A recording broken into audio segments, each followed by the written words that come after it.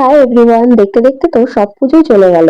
তো আজকে ছিল জগদ্ধাত্রী পুজো, তো সেখানেই আমি যাবো বলে রেডি হয়ে নিয়েছি। তারপরেই তো দেখো সুন্দর করে সেজে গুজে রেডি হয়ে বেরিয়ে পড়েছি। আজকে মেলাতে আমি আর আমার বর যাচ্ছি। আমাদের সাথে বেশ কয়েকজনের যাওয়ার কথা ছিল, বাট তারা তো আগেই চলে গেছে, তারা দুপুর বেলাতেই গেছে।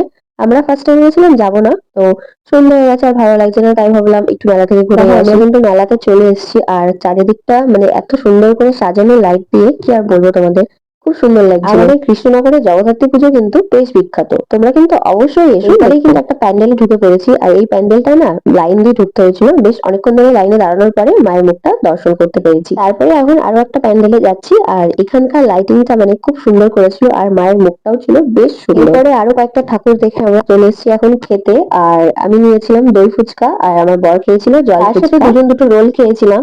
আর অনেক বায়না করার পর ফাইনালি আমাকে একটা ইয়াররিংস কিনে দিল। তারপরে এখন আমরা বাড়ি চলে যাব, আর বাড়ি আসার সময় আরো একটা প্যান্ডেল দেখে নিলাম, আর এই প্যান্ডেলটা কিন্তু বেশ সুন্দর ছিল। আর গাইস, বাড়ি আসার সময় রাস্তায় এত লেভেলের ভিড়, তোমাদের কি বলবো, মানে যখন আমরা যাচ্ছিলাম তখন এত ফাঁকা গাড়ি নিয়ে সবাই বেশ ভালোই ঢুকছিল, বাট তারপরে এত ভিড় হয়ে গেল কি আর বলবো। এরপরে আরো একটা জায়গায় দাঁড়িয়েছিলাম বাড়ির জন্য কিছু নেওয়ার জন্য, তো এখান থেকে আমরা বাদাম নিয়েছিলাম। আবার খেয়ে চেক করে দেখছিল ভালো কি খারাপ, আর সাথে নিয়েছিলাম আইসক্রিম। চলো আজকের ভিডিওটা এইটুকুই। ভিডিওটা ভালো লাগলে লাইক শেয়ার কমেন্ট করে দিও। চলো।